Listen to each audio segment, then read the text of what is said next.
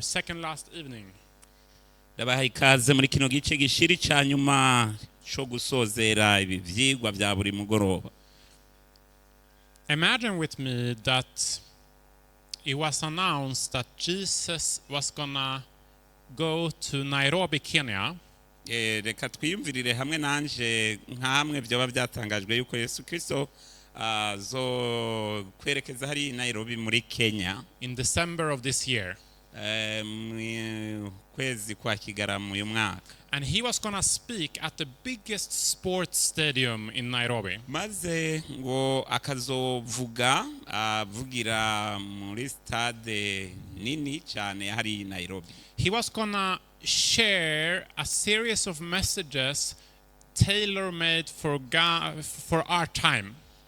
Kandi ko azosangiza abantu ubutumwa budasanzwe na cyane cyane bwo muri ico gihe cyabo nyene mwiki gihe cyacu.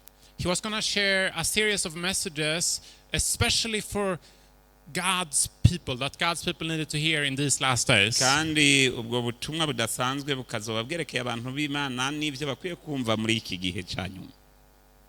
We know that this is not going to happen. Because we are going to meet Jesus in the air when he comes back the second time. If you see someone walking on the earth calling himself Jesus, you know it's a false Messiah.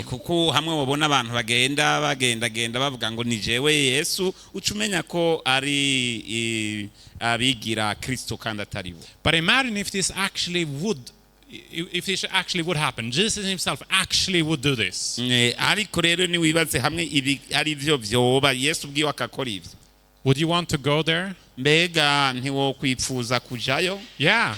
Ego, I would definitely make sure that I could be there. naje ubwanje ndazi ko nokora ibishoboka byose kugira ngo mbe ndaho hantu.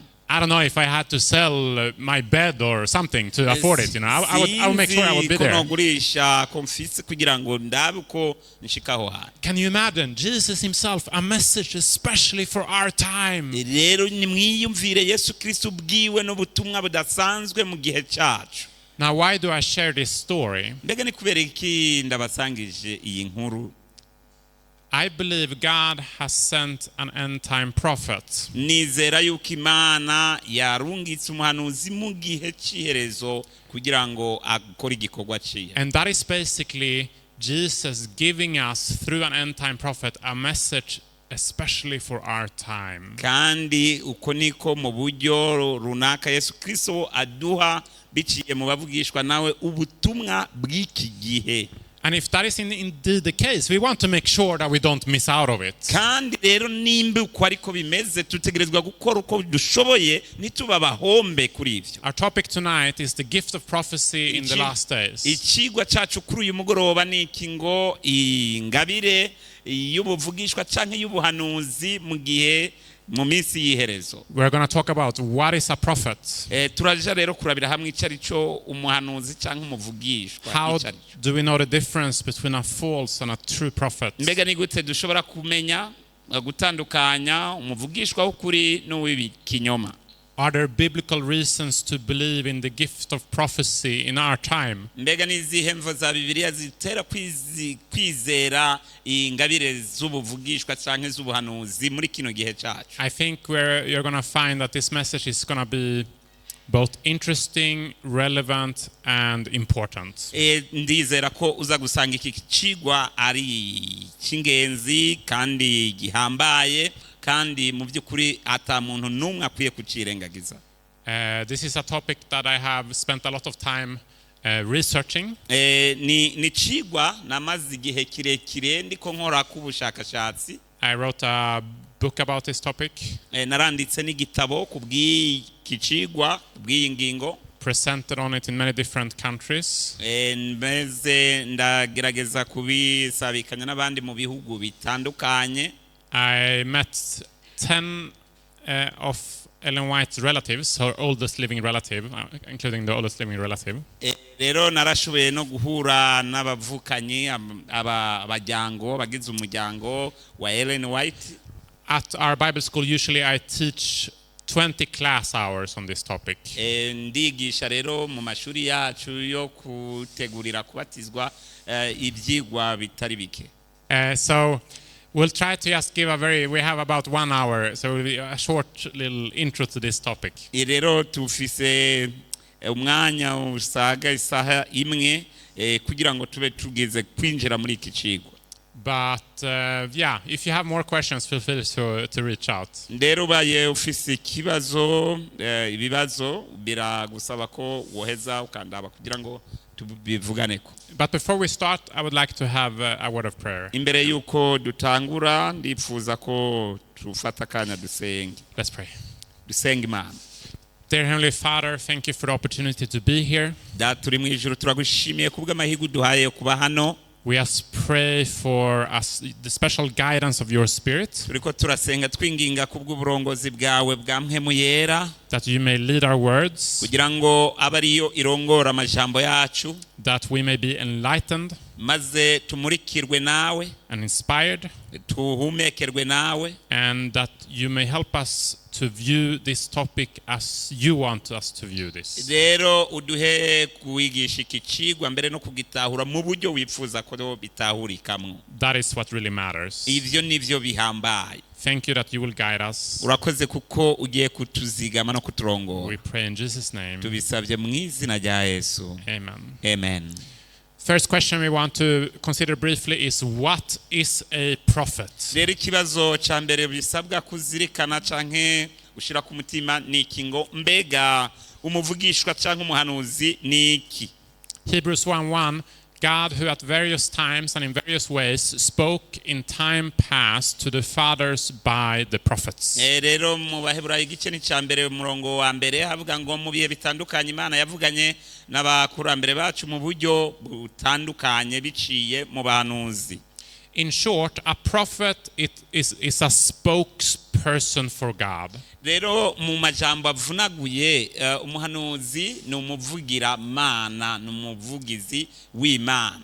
A prophet is in a special sense God's mouthpiece. Rero umuhanuzi rero ni mu bundi buryo ni umunwa w'Imana. And that is also the literal meaning of the Hebrew and the Greek words. It literally means spokesperson for God. Kandi ico ni naco ururimi rw'inkomoko rw'igiheburayo mbere n'ikigiriki bavuga iby'umuhanuzi baba bagenekerezako yuko ari umuvugira mana. The Bible is called the prophet's writings. This is a product of the prophets. Rero Bibiliya yitwa ivyanditswe n'abavugishwa n'Imana canke n'abahanuzi. Now being the mouthpiece of God, being a prophet is one of the spiritual gifts. Rero kuba umuhanuzi canke umuvugira mana ibi n'ingabire imwe y'ubuvugishwa. I want to read a little bit what the Bible says about these spiritual gifts. Ndagomba rero kuvuga muri make ico Bibiliya ivuga kubijanye n'ingabire za mpwemu. And from this passage I have two questions for you. Kandi biciye muri iki gisomwa ndaheza ngira ibibazo bibiri biberekeye. Who gives a person the gift of prophecy? Mbega ninde aho umuntu ingabire y'ubuvugishwa canke y'ubuhanuzi? And do all people receive this gift? Mbega abantu bose mu by'ukuri bo bafise iyo ngabire? So yeah, you can read verse 7 through 11. Tugiye gusoma hariya ni mu cete ca mbere ca Bikorinto 12 umurongo w'indwi turashitsa 11. Ijambo ry'Imana riravuga ngo yamara umuntu wese ahabwa ikimwerekana ko mpwemu kugira ngo bigire ikimazi, kuko umwe aheshwa na mpwemu ijambo ry'ubwenge, uwundi agaheshwa n'uwo mpwemu ijambo ryo kumenya, uwundi agaheshwa n'uwo mpwemu umwe ingabire zo gukiza indwara, uwundi agahabwa gukora ibitangaza, uwundi agahabwa kuvugishwa n'Imana, uwundi agahabwa kurobanura impwemu, uwundi agahabwa kuvuga indimi nyinshi, uwundi agahabwa gusobanura indimi. Ariko ibyo byose uwo mpwemu umwe niwe abikorera muri bo, agabira umuntu wese uko agomba. Nimwakira ijambo ry'Imana. 29 naho haraya amajambo umurongo wa 29 hagira hati mbega bose ni ntumwa, bose n'abavugishwa n'Imana, bose n'abigisha, bose bakora ibitangaza. All right, so do all receive these gifts? Mbega bose bafise iyo ngabire? No. Oya. God gives different gifts to different people. Kubera yuko Imana itanga ingabire zitandukanye ku bantu batandukanye. Some Christian thinks that God gives everyone the gift of prophecy, but that's not biblical. Kubera ko hari abakristo bamwe bibaza ngo Imana itanga ingabire zamwe mu ku bantu bose, ariko ibyo sivyo Bibiliya yigisha. And the other question, who gives the gift of prophecy? God. It's given from God. Mbega ninde atanga ingabire y'ubuvugishwa? Ni Imana. So in other words, it's not like you sit one day and like, I want to be a prophet. Si rero bya bindi abantu bicara ukicara ahantu hati ubu jewe ndo umuhanuzi ndi umuvugishwa. I'm going to be a prophet. Ati je nzoba rero umuvugishwa. Well, maybe for false prophet it might work like that, but for being a true prophet that's not how it works. Abavugishwa b'ibinyoma ubwo buryo burashobora gukora. Now, one thing that is very interesting, rero ikintu gihambaye in the Bible, in the New Testament, there are 4 lists of spiritual gifts. Rero muri Bibiliya Isezerano Rishasha hariho urutonde intonde zine zijanywe n'ingabire za mpwemu. There is one list in Romans chapter 12. Hariho urutonde rwa mbere mu Baroma igice ca 12. There is one list in Ephesians chapter 4. Hari n'urundi rutonde mu Banyefeso igice ca 4. And there are 2 lists in 1 Corinthians chapter 12. Hakaba hari n'izindi ntonde zibiri zigaragara mu cete ca mbere c'Abikorini igice ca 12. And it lists, different spiritual gifts there. Kandi aho barakwereka ingabire zitandukanye za mwemu. prophets, evangelists, apostles, umuvugishwa, umuvugabutumwa, intumwa, pastors. abungere canke abapastori. But when you study these lists, ariko rero iyo umaze guca muri izo ntonde zose, there is only one gift that is always mentioned. hari ingabire igaragara muri izo ntonde zose yama irimwo itavamo. Anyone want to guess which gift mbega is that? nindashobora kwiyumvira iyo ngabire yagaragaye mu izo ntonde zose idahara. It's the gift of prophecy. ni ingabire y'ubuhanuzi y'ubuvugishwa. It's the only one that is always mentioned. niyo igaragara muri izo ntonde zose uko ari zine. In contrast, rero gihushane n'ibyo mu kugereranya, there is one spiritual gift that is only mentioned in one of these 3 chapters. There is one spiritual gift that is only mentioned in one of these 3 chapters. rero hakaba hariho iyindi ngabire iboneka rimwe gusa mu rutonde rumwe muri izi zine. And that's the gift of tongues. iyo nayo ni ngabire y'indimi. Some people, they're like, if you don't have the gift of tongues, you're not a Christian. abantu benshi baravuga ngo utafise ingabire yo kuvuga indimi wewe rero nturi umukristo. Some people are like, this is the most important gift. kuko hari abagira bati iyi niyo ngabire rutura kurusha izindi. But that's not quite the impression you get if you study this topic in the Bible. ariko rero ikintu gihambaye uzobona ni wiga neza ibi byanditswe byo muri Bibiliya. The gift of prophecy is always mentioned. ingabire y'ubuvugishwa canke y'ubuhanuzi ivugwa hose muri izo ntonde. Not only that, atari ico conyene gusa, in all 3 chapters, mu bice bitatu vya Bibiliya you find it listed either number 1 or number 2. uzoyisanga igira ya kabiri ku rutonde canke iya mbere ku rutonde canke ya kabiri. I think this indicates to us the importance of this gift. nizera yuko ibi bitwereka yuko ari ingabire idasanzwe. If we had more time, I would make the case that I believe this is the most important and the most powerful of all spiritual gifts. hamwe twoba dufise akanya muntu yogerageza kubyagura mu kwerekana yuko ari y'ingenzi kandi ari ingabire zamwe mu ihambaye mu zindi zose. If there is one gift we need, this is the one. ni haba hariho ingabire wo kwipfuza kugira iyi nibe iyi. If there is one gift we need to make sure that we understand correctly, this is the one. ni haba hari ingabire utegerezwa gukora uko ushoboye kose kugira ngo uyitahure ni iyi ngabire. After mankind fell into sin, prophets became God's main method of communication with his people. ni rero inyuma y'uko umuntu wa mbere akora icyaha abantu bakagwa mu cyaha, abahanuzi nibo bahindutse akanwa k'Imana mu kuburira abantu.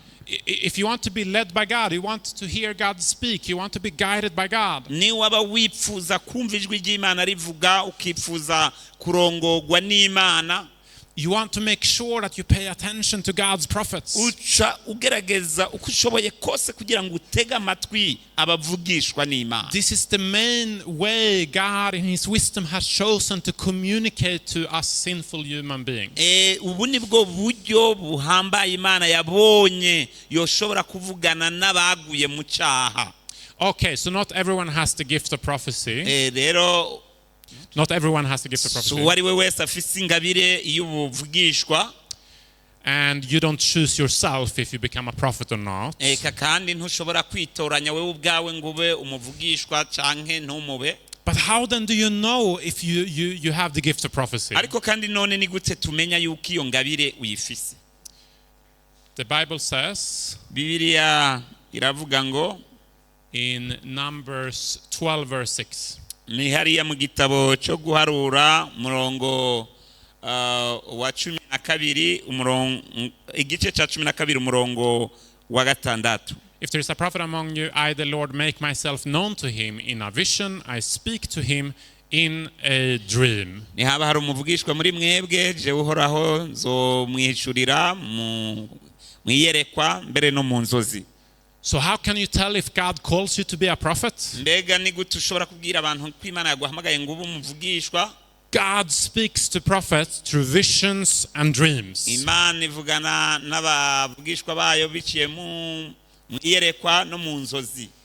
But we all dream sometimes, don't we? ariko kandi hafi ya twese turarota. Maybe you eat a little bit too much food in the evening, you go to bed and you have a dream. Nk'abantu iyo berekeje ku busaswa mu kanya gato ugasanga bari mu ndoto. How do you know if the dream is really from God? Mbega ni gutumenya yuko mu by'ukuri izo nzozi zivuye ku Mana. Maybe Jesus is in your dream. Does that mean it's from God? Mbega Yesu Kristo abaye ari we wari kurarota bisobanura ko rero ari inzozi zivuye ku Mana. I have met several people that believe they have dreams from God. Je narahuye n'abantu benshi bizera ko ibyo barose byavuye ku Mana. Some years ago, myaka iheze, there was a doctor from Brazil. hari umuganga ava hariya mu gihugu cya Brazil. She told me that God had told her in a dream yambwiye ati Imana yambwiye biciye mu nzozi that she and me, we were supposed to get married. yuko wewe nukuvuga uyo mudamu ati wewe na jewe tugomba kubakana. I had never met her in my life, actually. jewe uyu muntu sinari bwigere ndamubona mu buzima bwanje. But she had listened to a lot of my sermons online. ariko yari yarakurikiye ibyigwa byanje ku mbuga ngurukana bumenyi. I told her, great, when God tells me the same, it's going to happen. ati nivyo ni Imana na je niyambwira ivyo nyene bizoshoboka. But I don't think that dream was from God. ariko jewe sinizera yuko ivyo bivuye ku Mana. So, but how do we know? ariko turabimenya gute? Well, I think one useful guideline, umurongo uturongora, oftentimes if the dream or the vision is actually from God, iyo inzozi canke iyerekwa rije rivuye ku Mana, they are accompanied with supernatural signs. hari ibindi bimenyamenya bihambaye bikurikira izo nzozi. And this helps us know that this has a supernatural origin. ni ibintu byubasha burengeye ubw'ikiremwa muntu maze tukamenya duti ibi byavuye ahandi.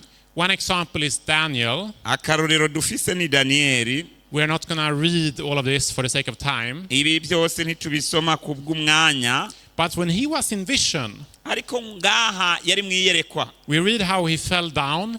turasoma ingene yikubise hasi. He was dumb. He couldn't speak. ntiyashobora kuvuga. He didn't breathe.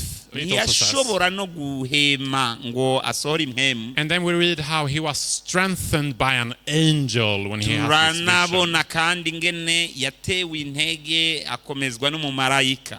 So there are several examples of some supernatural things involved with divine visions. rero iyo ari inzozi mvajuru hari ibindi birengeye ububasha bw'ikiremwa muntu bica byigaragaza muri ico gihe. All right. So, but when does God send prophets to his people? When is God sending prophets to his mbega people? ni ryari Imana irungikira abahanuzi abantu bayo? The Bible says, surely the Lord God does nothing until he reveals his secrets to his servants, the prophets. avuga ngo Imana nta kizokora itibi abasavyi bayivugisha akabanga. How much does God do without revealing his to the prophets? Imana ibikora kangahe?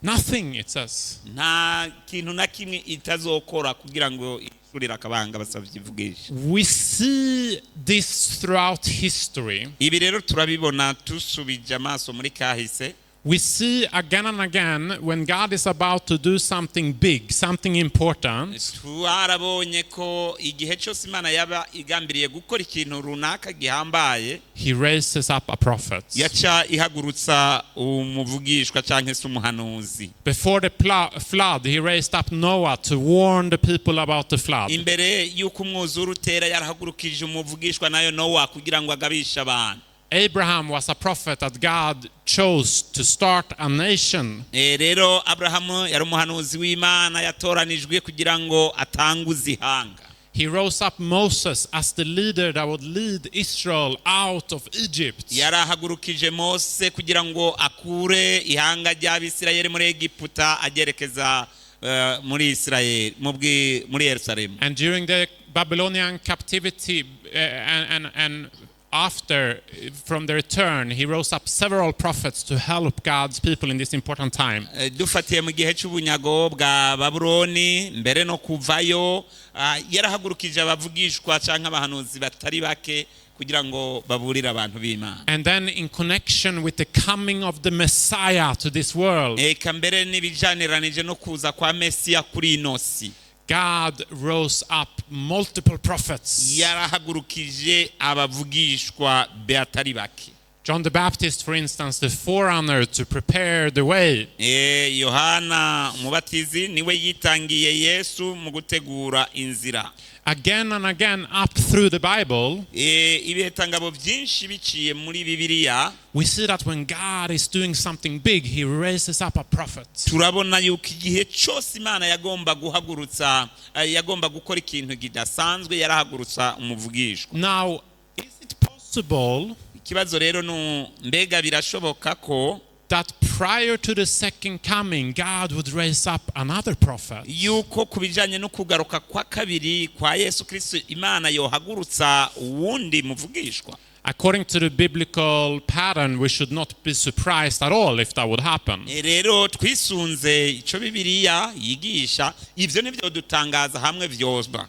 And Joel prophesied, Yoweri yaravuze, and it shall come to pass afterward that I will pour out my spirit on all flesh. ati nzosuka mpwemu yanje ku bari n'umubiri bose.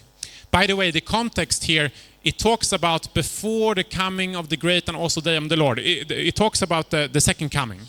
Mu bisanzwe hano hariko haravugwa ibijanye no kugaruka kwa kabiri kwa Yesu. And when Peter quotes this passage in the book of Acts, Rero igihe Petero yasubiramwo aya majambo mu gitabo cy'ibyakozwe n'intumwa, he says, it shall happen in the last days. Petero yagize ati ibyo bizoba mu gihe cy'iherezo. And then he quotes this, that I will pour out my spirit on all flesh. Ati nzosuka mpwemu yanje ku bari n'umubiri bose. Your sons and your daughters shall prophesy. Abahungu n'abakobwa banyu bazovugishwa nanje. Your old men shall dream dreams. Abatama bazogira inzozi. Your young men shall see visions. Misore bazokwerekwa. And also on my men servants and on my maid servants I will pour out my spirit in those days. Eka kandi ku basavyi n'abasavyikazi banje bose nzobasukako mpwemu muri iyo minsi. So will God send prophets prior to the second coming? Mbega rero Imana izorungika avugishwa nayo imbere y'ukugaruka kwa Yesu kwa kabiri? The answer is yes. Inyishu ni ego cyane. By the way, that's why Jesus, when he talked about the second coming, he warned against false prophets. Ni naco cyatumye Yesu Kristo avuga ibyo kugaruka kwiwe kwa kabiri, yaragabishije kubijanye n'abavugishwa b'ibinyoma. He warned specifically against false prophets, not against prophets in general. Rero ni mu buryo buruharo yabanze kubavugishwa b'ibinyoma atari ku buhanuzi muri rusange. He didn't say, guys, Paul is the last prophet. After him, don't listen to anyone that calls himself prophets. That's not what he said. Ibyo sivyo Kristo yavuze. He warned against false prophets because he knew that there will also be true manifestations of gifted yavuze prophecy. rero kubijanye n'abahanuzi b'ibinyoma kuko yarazi ko mu binyakuri bazokwiyadukiza kandi bakayovya benshi. We could read more verses. I'm doing a quick one today. Rero Okay? ndiko ngerageza kujanirana n'ivyihuta uyu munsi ariko hari imirongo itari mike twose. We could spend a lot more time on many things that I'm mentioning tonight. Twomara akanya katari gato turi ku bintu byinshi nifuza ko twovuga kuri uyu mugoroba. I have one more question here. Ariko hano hari ikindi kibazo kiyongerako. Can women be prophets? Mbega abakenyezi barashobora kuba bavugishwa? Yes. Yes. Here he talks about both on your sons or your daughters. Aha kuko havuze ngo ni bose abahungu banyu n'abakobwa banyu. Do we have some female prophets in the Bible? Mbega turafise abavugishwa b'abakenyezi muri Bibiliya? We have multiple. Ni benshi cyane. Deborah, Huldah, Deborah n'abandi. Isaiah's wife, Umuka Isaya. Philip's daughters. Abakobwa ba Philip's daughters in the book of Acts. ba Filipo mu gitabo cy'ibyakozwe n'intumwa. women can also be prophets. kuvuga ko abakenyezi nabo nyene bashobora kuba abavugishwa canke abahanuzi. So this is a prophecy that we will see the gift of prophecy prior to the second coming in the last days. Ubu rero nibwo buhanuzi twavuze ko ingabire z'ubuhanuzi zizoboneka imbere y'ukugaruka kwa kabiri kwa Yesu. Specifically, we are told it will happen among the remnant. Ariko kandi mu buryo budasanzwe ibi bizoshika mu masigarira. Among God's remnant. Ni mu masigarira y'Imana. Now, I want to read another verse that talks about God's remnant. Ndagomba dusome uriya murongo uvuga iby'amasigarira. Turn with me to Revelation chapter 12. Ni hariya mu byahishuriwe mutumwa Yohana igice ca 12. Revelation 12 is a description of God's people up through history. Rero igice ca 12 ni kiduha umwidondoro w'abantu b'Imana muri rusangi no mu mateka. And in the end of the chapter, we have a description of God's end-time remnant, God's end-time church. Ariko mu mpera z'ico gice duca tuhasanga rero umugwi w'amasigarira canke isengero ry'amasigarira ry'Imana. So let's read Revelation 12:17 there. You can Dusoma read. hari ivyahishuriwe mutumwa Yohana 12 umurongo wa 17 hagira hati ico gisato kigirira wa mugore inzigo kirigira ngo kirwanye abo mu ruvyaro rwiwe basigaye bitondera ivyagezwe n'Imana kandi bafise ibishingira Yesu intahe. If you missed the presentation about God's end-time movement, to go back and watch it online. Hamwe rero woba utabanye natwe mu cigwa cavuga ivy'umugwi wo mu gihe ca nyuma w'Imana, bigusaba kusubira kuri YouTube kugira ngo ugikurikirane. But we see two key characteristics here in verse 17. Twabonye ibiranga uyo mugwi bibiri muri uyu murongo wa 17. God's end-time people, Rero abantu b'Imana bo mu gihe c'iherezo, they are gonna, what does it say? bazoba bafise iki? Keep the commandments of God. Bazoba bitondera ivyagezwe n'Imana. That includes the Sabbath. Ivyo kandi muri ivyo vyagezwe harimwo n'isabato. And they're gonna have what? Mbega ikindi bazoba bafise ni ikihe? The testimony of Jesus. Gushingira intahe Yesu. God's end-time people will keep the commandments. They will have the testimony of Jesus. Abantu bo mu gihe c'iherezo b'Imana bazoba bitondera ivyagezwe n'Imana ariko bafise n'ibishingira intahe Yesu. Now, what does it mean that they have the testimony of Jesus? Ariko ibishingira intahe Yesu ni biki? The Bible answers that question in 19 verse 10. Bibiliya yishura ico kibazo mu gice ca 19 umurongo w'10. The last sentence of verse 10. Uriya murongo wa nyuma wo muri uyo murongo w'10. It says, for the testimony of Jesus is the spirit of prophecy. Ugira uti kuko abashingira intahe Yesu baba bavugishwa na mpwemu. So God's end-time people, they're going to have the testimony of Jesus, which is the spirit of prophecy or the gift of prophecy.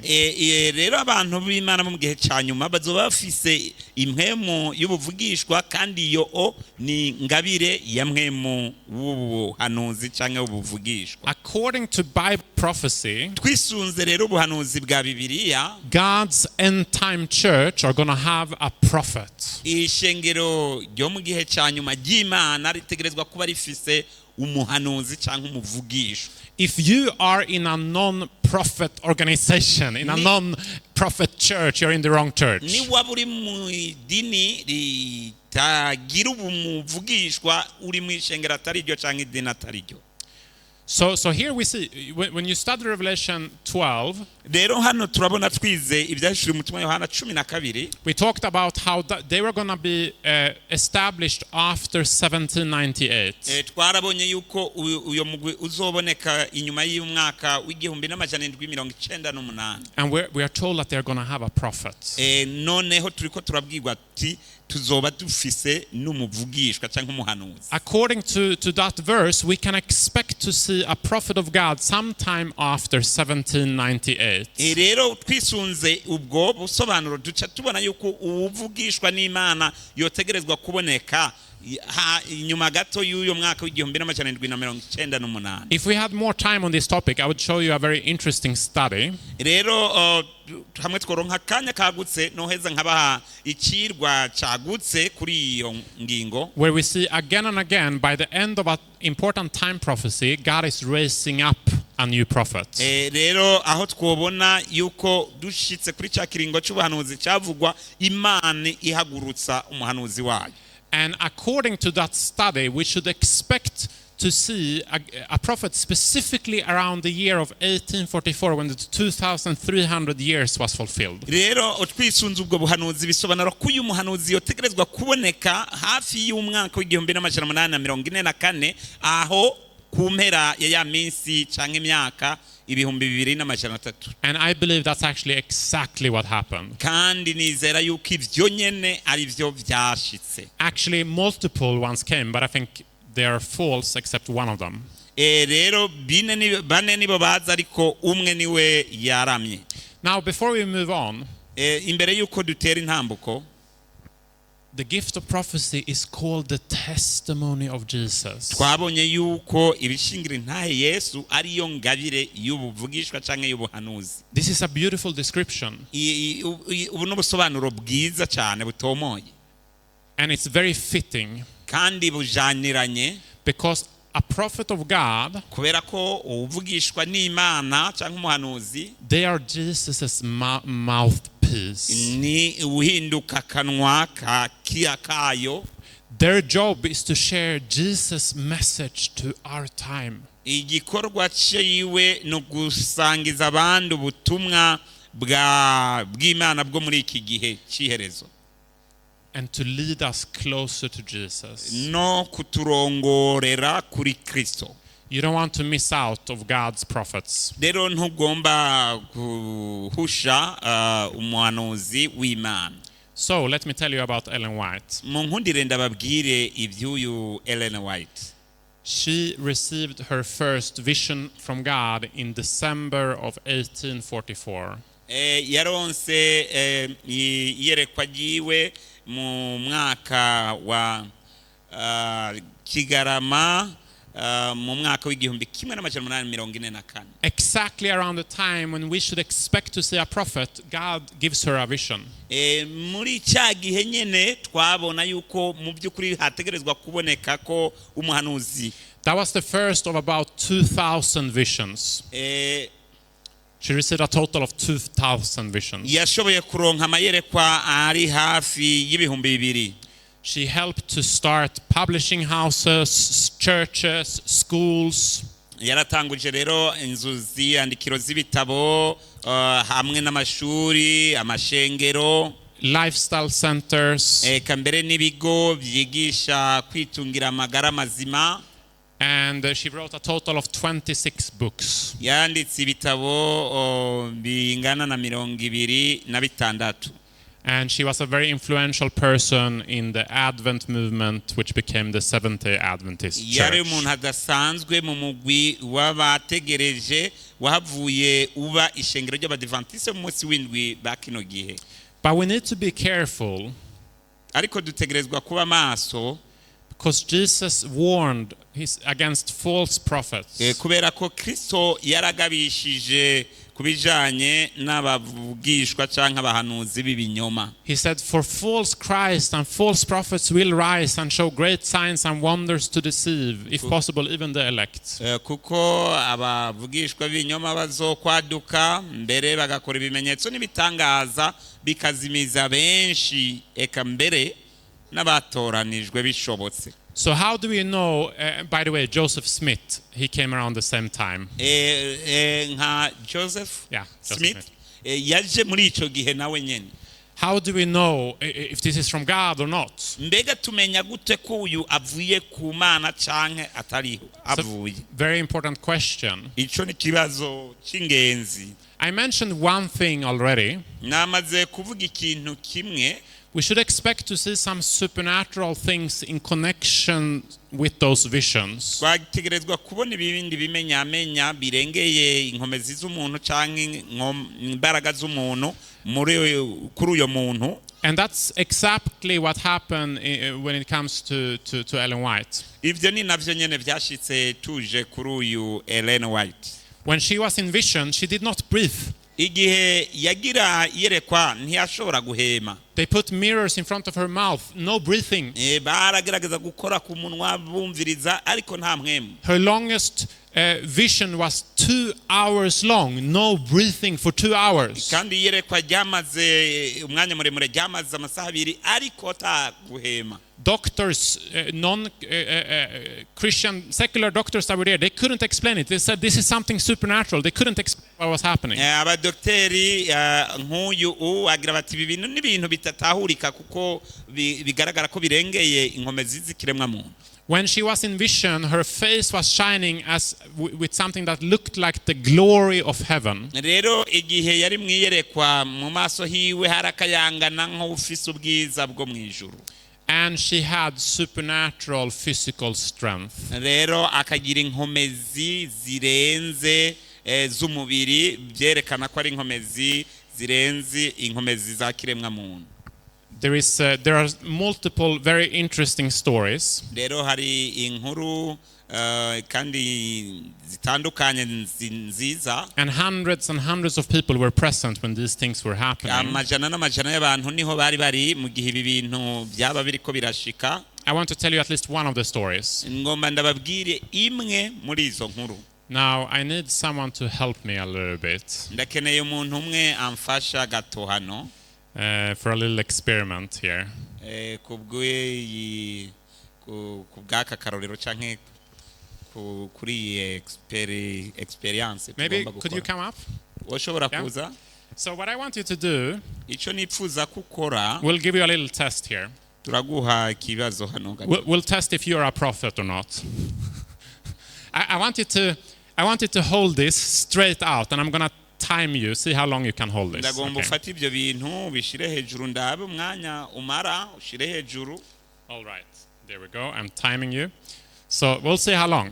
So she held this Bible 8 kilo heavy, just over 8 kilo. Bija ni biro 8.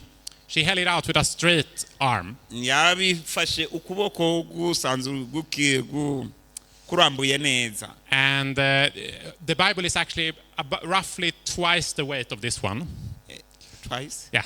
Iriya Bibiliya ni ga kabiri ibi. We have the time here. 30 seconds. Keep going. Ko turaharura umwanya. This was in Portland, Maine, 1845. Aha hari mu mwaka w'igihumbi kimwe n'amajana 8. When she received a vision from God, she held the Bible out. And we'll see if our brother here can hold it as long as she could hold that Bible. 54 seconds. Good job. Keep going. This is not easy. If someone wants to try afterwards, if you're a prophet or not, we can try this test. Okay. That's 1 minute. Thank you. You can sit down. That's 1 minute 5 seconds. Her Bible roughly twice the weight. She held it for 30 minutes. 30 minutes. The strongest man in America for his weight class, he tried. He could do it 2 minutes. Ellen White at the time, she was 158 centimeters tall. That was her height normally. 158. And at the time, her weight was about 40 kilo. 40 kilo heavy. her weight. yari afise ibiro 40. Normally she couldn't even hold the Bible for 1 second. Ibi bisobanura yuko iyo Bibiliya atari gushobora kuyigumiriza mu kirere n'umusegondo. But here she stood for 30 minutes. Ariko arahagaze iminota 40. And afterwards she wasn't even tired. Mbere ikirengeye ivyo nta no kuruha byagaragara kuri we. It was as if she held the air for 1 second. It was as if she had just done this for 1 second. Ni nkaho yari kubikora umusegondo umwe. It was clearly supernatural. Mu buryo bugaragara yari afise inkomezi zirengeye zikiremwa muntu. Hundreds of people witnessed things like this. Kandi amajana y'abantu barashingira intaha ivyo. And it helped them to come to the conclusion that she is inspired by God. Ivyo nivyo byabarongoreye kuvuga bagira bati uyu numuvugishwa n'Imana. But again, we need to be careful. Ariko kandi dutegerezwa kuba magabo. Because Jesus talked about how even false prophets can do sometimes great signs and wonders. Kubera ko Bibiliya iravuga ngo abo bahanuzi bavugishwa b'ibinyoma bazokora ibimenyetso n'ibitangaza bihambaye. So that's not good enough in itself to determine is this from God or not.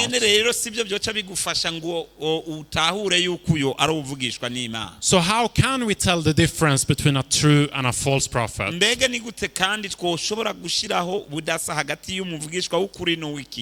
There are some biblical tests for how to test a prophet.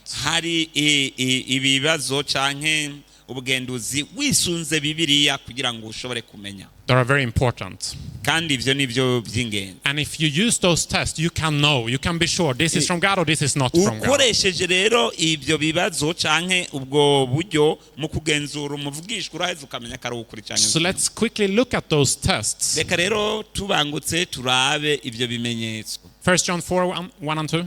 Ni cyambere cha Yohana 4 murongo wa mbere no wa kabiri. Beloved, do not believe every spirit, but test the spirits whether they are of God. Bakundwa ntimukemere imwemu zose ariko muzigeze yuko ziva ku Mana. So what does God tell us to do? Mbega Imana idusaba gukora iki? Test the spirits. Nukugera imwemu yariyo yose urabe kwiva ku Mana. Because many false prophets have gone out into the world. Kubera ko abavugishwa b'ibinyoma badutse bavuye mu isi. By this you know the Spirit of God.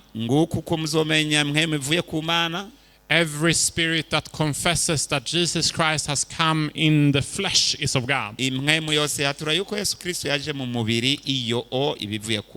Prophet test number 1. Prophet test number 1. A prophet of God will be someone that uplifts Jesus as God in the flesh. They will they will talk about the divine human nature of Christ, of the Son of God.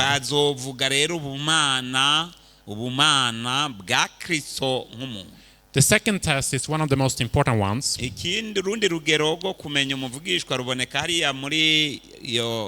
Yesaya, to the law and to the testimony.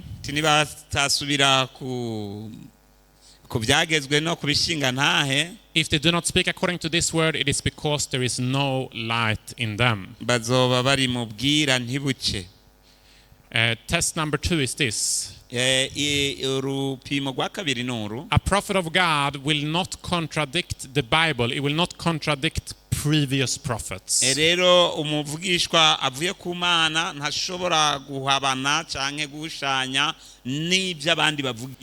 Bible says Jesus Christ is the same yesterday, today, and forever. What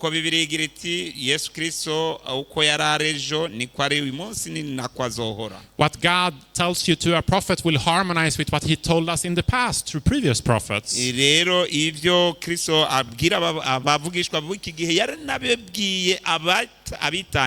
So if someone claims to have a dream or vision from God, you need to test it with the Bible.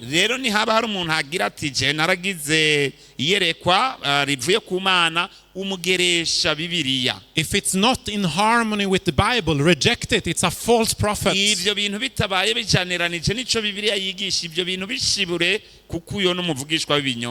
is an important reason why I don't believe Joseph Smith and Muhammad were prophets, because they say things that are clearly contradicting the word of God. Joseph Smith kuko bavuga ibintu bihushanye n'ico Bibiliya yamaze kuvuga. Prophet test number 3 is also an important one. Urundi rugero rwa gatatu rwo kuraba umuvugishwa nago n'ugwingenzi cyane. Jesus warned against false prophets again in Matthew 7. Muri Matayo igice c'indwi Yesu yongera kugabisha kubijanye n'abavugishwa b'ibinyoma. He said how they come to you in sheep's clothing but inwardly they are wolves. Ngo bazobaza ko nk'intama ariko aramabingira. From the outside it looks good, they look Christian. Hanze ubarabira hanze ubona koko bagaragara nk'abakristo. But they are wolves inside. Ariko imbere muri bo aramabingira. Okay Jesus, but how do I know the difference between the false and the true? Ati rero Yesu Kristo ni gute no menye ukuri no w'ikinyoma? You will know them by their fruits. Uzobamenyera kuvyo bama. Therefore, by their fruits you will know them. Kubw'ivyo kubyamwa byabo uzobamenya. In other words, the prophetess number 3, they will bear good fruit in their ministry and life. Rero urupimo rwa gatatu nuko hazotegerezwa kuba ivyamwa vyiza mu gikorwa cyabo no mu buzima bwabo. In other words, you should expect to see the fruit of the Spirit, the joy, peace, self-control in their lives. Mu yandi majambo Yesu Kristo akeneye kubona ivyamwa vyamwe mu yera, umunezero, urukundo n'amahoro mu buzima bwabo. And you should expect the result of their ministry to lead people closer to Jesus. Kandi yitega yuko mu gikorwa cyabo barongorera abantu kuri Yesu. Prophetess number 4. Urugero canke igipimo ca kane. Here he talks about if a prophet comes and he says, let us go after other gods. Ati ni haza umuhanuzi umuvugishwa kuri mwebwe akavuga aberekeza ku Mana. You shall not listen to the words of that prophet. Ntimuze mwumve amajambo yiwe.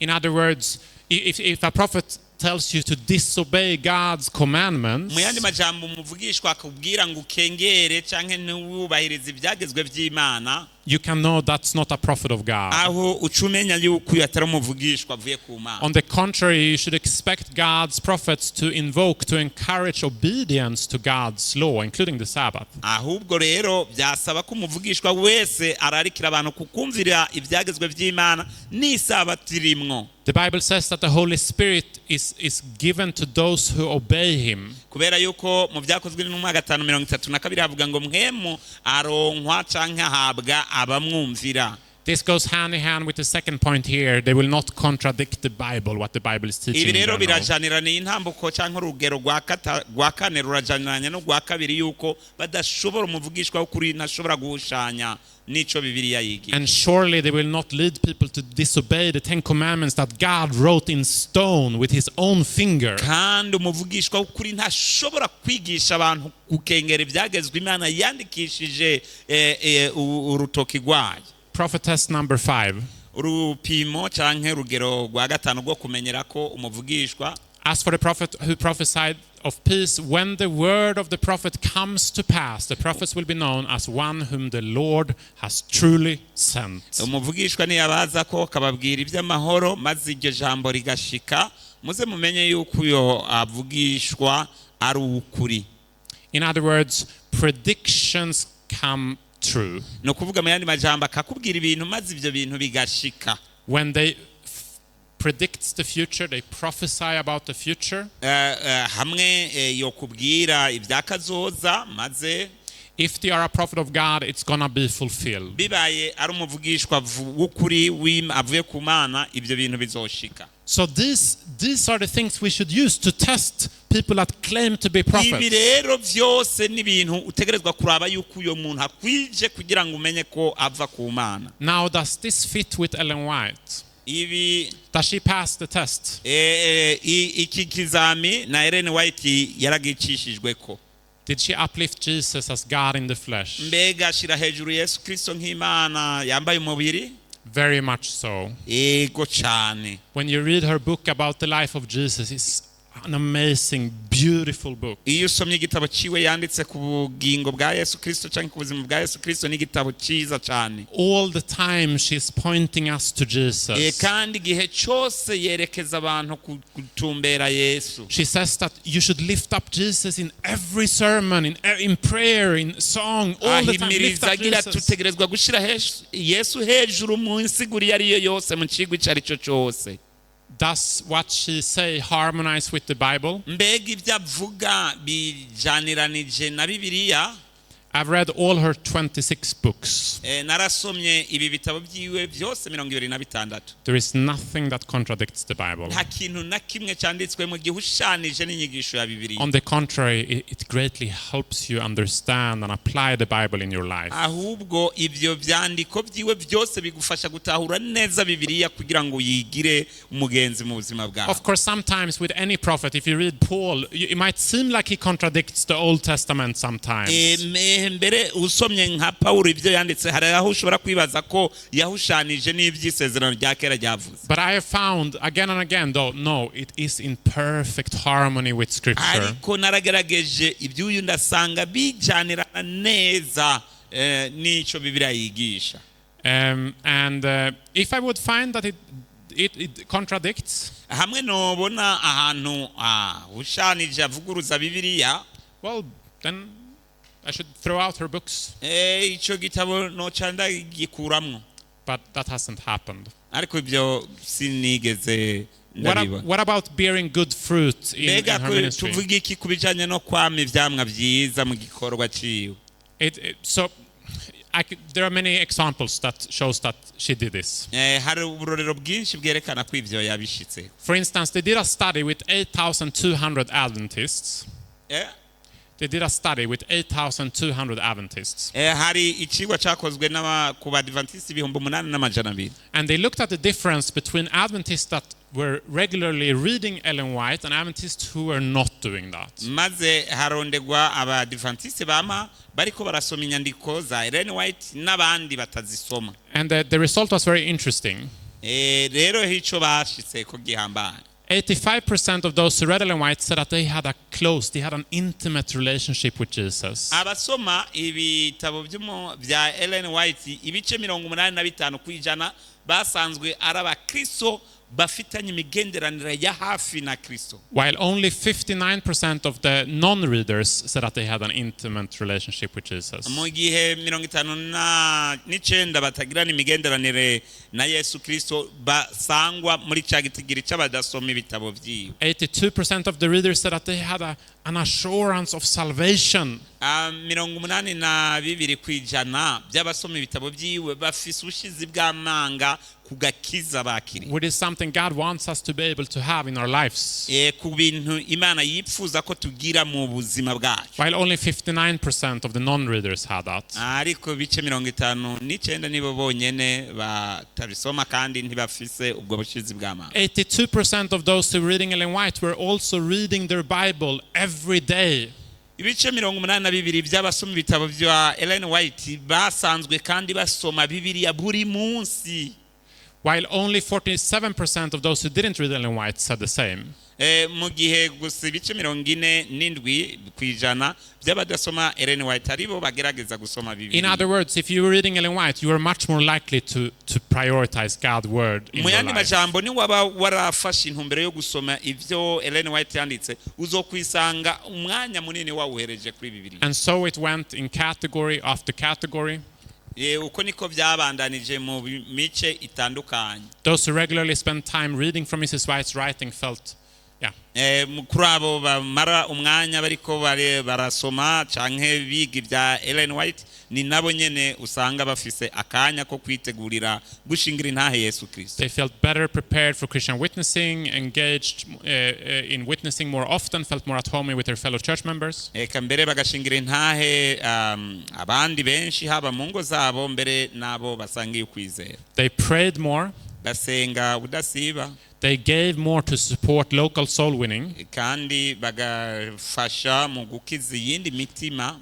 They were more willing to help their neighbors with personal problems. Bama bifuza kugira ico bafashije ababanye babo mu bibazo bacamwo. and had family worship more regularly. kandi n'ingo zabo cyangwa imiryango yabo ikora umwanya wo gusenga mu buryo budasiba. In short, their religious experience was stronger, more active and more positive. Muri make rero ubuzima bwabo bw'ivyo kwemera usanga bushikamye kandi ari buzima buri mu ruhande rwiza ugereranije n'abandi. One reason I share this with confidence imvo intera kubasangiza ibi ntafise ijwi rinyagiriza is that I have seen reading her books in my life and many other people's life. It has this effect. Nuko naje ubwanje nirabira ko gusoma ivyo bitabo mu buzima bwanje n'abandi vyagize ubwo bwakunyene. It draws you closer to Jesus. Kubera ko bica bikukwega kukwegerana na Yesu. On every single point in the study, the score was significantly higher for those who were reading Ellen White. Rero akaryo kariko kose uronka ko kwiga ivyo bitabo bigurungika kuri Yesu Kristo. Jesus said, by their fruits you shall know them. Yes, ati muzobamenyera kuvyo bama. When Ellen White died, igihe Ellen White yapfa, she actually died today, 111 years ago. Rero ugereranije n'uyu munsi no kuvuga ko yoba amaze imyaka 111 apfuye. A few days after her death, the local newspaper, the secular newspaper, rero inyuma y'imisi mike amaze gupfa, ikinyamakuru gisanzwe kitegamiye idini caranditse. They said the life of Mrs. White is an example worthy to be followed by all. Ubuzima bwa Ellen White ni akarorero abantu bose bakwiye gukurikiza. She was a humble, devout disciple of Christ and ever went about doing good. Yari umwigishwa wa Yesu Kristo aciye bugufi, yama yiyumvira gukora iciza. Her death marks the calling of another noted leader of the religious thought and one who's almost 90 years. Urupfu rwiwe ruduhamagarira ubundi mu we're full to overflowing with good deeds. No urupfu rwiwe ruduhamagarira ubundi buryo bwo kuzirikana ubuyobozi bwamaze imyaka 90 bwama ivyamwa byiza. Kind words and earnest prayers for all amajambo mankind. y'ubugwaneza eka mbere n'amasengesho y'imva mutima hamwe n'ubugwaneza bwiwe. This is how people that were not part of her faith described her. Uku niko abantu batari mu bagize umuryango wiwe bamuvuga. And there are many testimonies like this. Kandi hariho n'ibindi bishinga ntahe nk'ibi. Jesus said, by the fruits you shall know them. Yesu Kristo ati muzobamenyera kuvyo bama. I have personally met hundreds of people around the world that are followers of Jesus today because of Ellen White. Jesus said, yes, ati, by their fruits you shall know them. If Ellen White is a false prophet, Satan needs to find another one. Satan needs to find someone else because she's leading too many people to Jesus.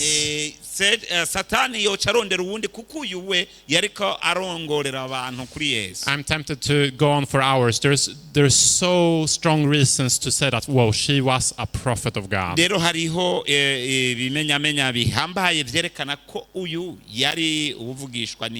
Was her prophecies fulfilled? I have this book at home. Basically, the whole book is talking about prophecies she made and showing how they were fulfilled. She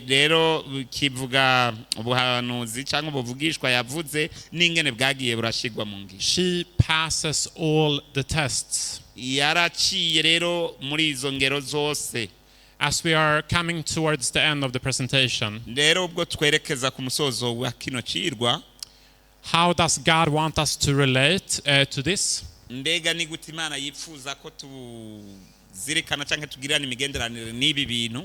Bible calls us to put prejudice aside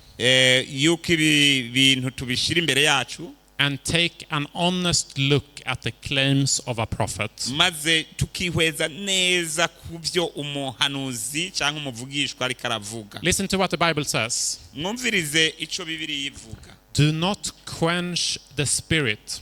Ntimukazimye mwemu. Do not despise prophecies. Ntimukazimye canke muhakana ubuhanuzi. Test all things. Nimugerageze vyose. And hold fast what is good. Maze muzigame ibyiza. Amen. Amen. So the Bible tells us, don't reject prophets. Rero aha Bibiliya iratubwira ngo ntukazimye mwemu cyangwa umuvugishwa gusa. Test it with the Bible. Bigeragereshe Bibiliya. And if they pass the test, kandi niwabona ibyo bintu bihwanye agatsinda ico kizami, accept them. Ucu byemera. That's what I have done. Ibyo nivyo nagize. And that's what God is asking you to do. Ni nacimana irikira gusaba ngo nawe ukore. Now I want to say something important here. Ndagomba rero kuvuga ikintu cy'ingenzi ngaha. As Seventh-day Adventist Christians, nkomu Kristo mu Adventiste umunsi w'indwi, we do not believe in the Bible and Ellen White. Ntitwizera muri Bibiliya ngo no mu byo Ellen White yanditse. Rather, we believe in Ellen White because we believe in the Bible. Twizera ibyo Ellen White yanditse kuko twizera Bibiliya, twemera Bibiliya. This is by no means contrary to sola scriptura, the Bible alone. Rero ibi ntibihushanye n'ico twita sola scriptura, Bibiliya yonyene. It's because we believe in the Bible and what the Bible says about the gift of prophecy. Nukubera twizera ico Bibiliya yigisha kubijanye n'ingabire y'ubuvugishwa. That's why we believe in Ellen White as a prophet. Ngici tututera kwemera n'inyandiko za Ellen White. It is not contradictory at all. Ibi rero ntibihushanye na buhoro buhoro. The only thing that I believe would be contradictory would be to reject it. Rero ikintu nobonamwo kihushanye coca ico kintu umuntu yoca giheba. And by the way, ariko mu bundi buryo, none of our church's 28 fundamental beliefs are based on Ellen White. Nta numwe mu myizere yacu uko ari 28 yubakira kuri Ellen White. All the doctrines that we believe in as a church is in the Bible. Ivyo Abadventiste bizera byose mw'ishengero bihagaze gusa muri Bibiliya. All the messages that we have shared throughout this campaign is Bible. Ubutumwa bwose twabasangije muri bino byirwa buva muri Bibiliya. Believe in the Lord your God and you shall be established. Mwizere Imana yanyu niho muzotsinda. Believe his prophets and you shall prosper. Mwizere n'abavugishwa nayo mubone gushikama. This is my encouragement to you from God's word. Iyi ni zo ntege ndabatera biciye muri iryo jambo. Whether you are an Adventist or not, ubaye uri umu Adventiste cyangwa utariwe, don't miss the blessing. Ntuhushe buno butumwa. Don't miss out of what Jesus wants to tell you today. Eka mbere ntuhushe ico Kristo yipfuza kukubwira uyu munsi. I don't have time to tell you how tremendously blessed I have been in my walk with Jesus because of Ellen White. Jewe sino shobora gushika ku rugero rwo kugusigurira neza ingene nahezagiwe ku rugero rwo hejuru kubera Ellen White. I want to close with a story. Ngomba gusozera ndababwiriye inkuru. Story of a middle-aged woman. N'umuntu wo mu gihe cya moyen age, umukenyezi. She was coming out of some broken relationships in her life. Yari yaciye mu bihe bya deception mu buzima bwiwe. And she felt she needed a new start. She needed to move on with her life. Kandi akaba yari yifuza kugira iyindi ntango nshasha mu buzima. So she decided to go back to college. Ahitamwo gusubira ku ishuri. So she went to college. Aragenda ku ishuri.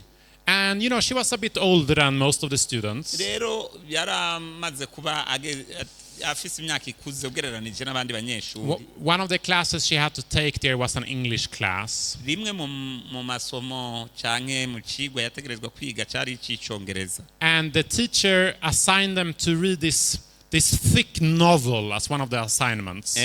Umwagisha rero acamutoranya kugira ngo asome asome ikintu kimwe mu bikorwa yaramuhaye. And one day she came home and she opened this book. Maze umunsi umwe arahezaza mu rugo kugira ngo asanzurura cya gitabo kugira ngo asome. She went to the first page. She was trying to read this book. Atangura gusoma ico gitabo ku rupapuro rwa mbere. She couldn't read it. Ariko ntiyashobora kubandanya. She went to the second page. She was trying to read this book. Aja ku rupapuro rwa kabiri ngo ariko asoma ico gitabo. She couldn't read this book. Ariko ntivyashoboka. She opened to the end of the book and she tried to read from there. Maze arugurura ku mpera z'igitabo kugira ngo aheraho gusoma. But she just couldn't read this book. Ariko ntivyakunze. Somehow, I don't know, she didn't find it interesting. I don't know, her heart wasn't into it. Sinzi ingene vyamugendera kugira ngo ivyo bintu ngo abisome vyaragoranye. Halfway into the semester, rero hagati muri semestre, she ended up meeting someone there at the school. Aheza ahura n'uwundi kw'ishuri. Actually, a professor. He was a young professor. Yari umwigisha akiri muto. And remember, she was a little bit older. Nawe akaba ari amaze gukura mu myaka. You know, the age was okay between the two. Imyaka, the age was okay. Yeah. Imyaka yasa nk'igomba kwegerana hagati yabo. And they ended up falling in love. Maze birangira bose bakundanye bashimanye. One day, this professor and this lady, they were sitting in the grass next to the artificial lake.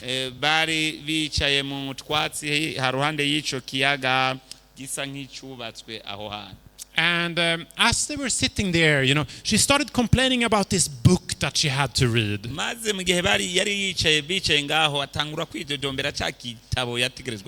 she's like, I hate this book.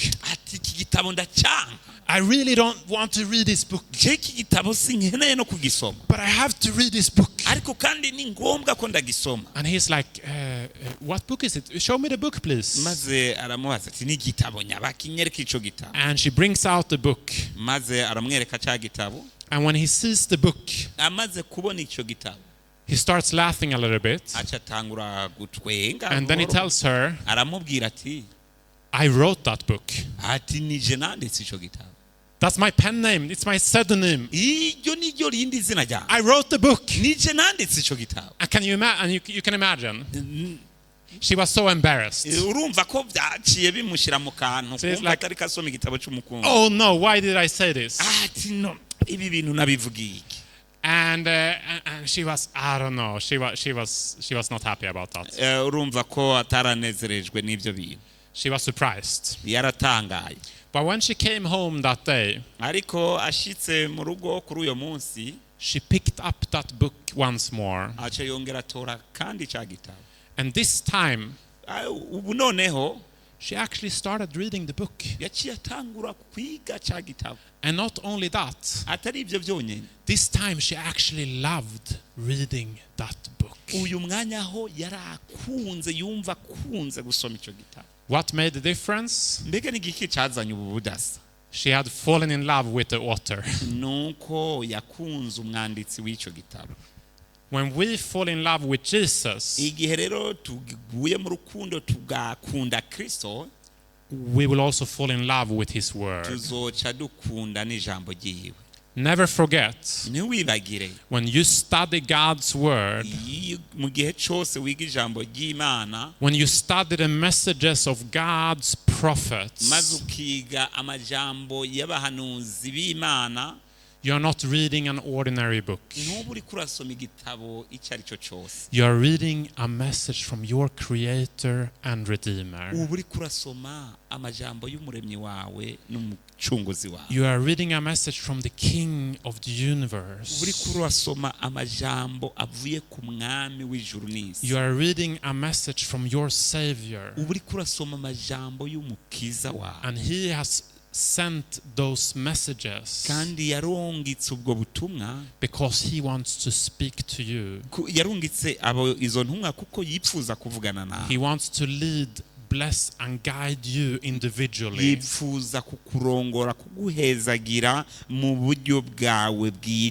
And through the Holy Spirit, adapt the message to what you need for that day.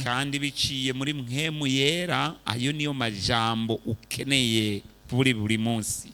This is why the gift of prophecy is described as the testimony of Jesus. Ngiki gituma ingabire y'ubuvugishwa yavuzwe mu yandi majambo nk'ibishingire ntahe Yesu. It is Jesus' message to you. Ni ubutumwa Yesu akurungikira.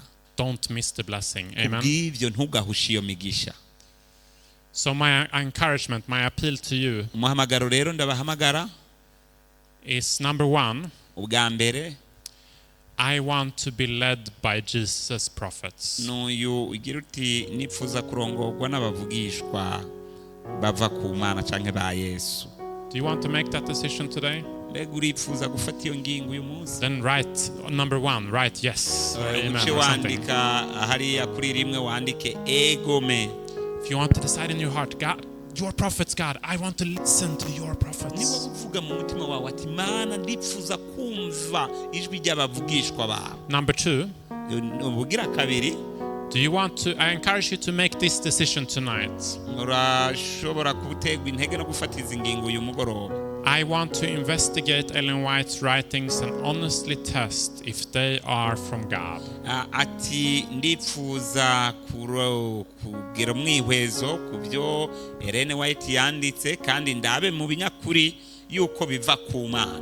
God invites you today Imana iragutumirira uyu munsi to test ngo ubigerageze and hold fast what is good.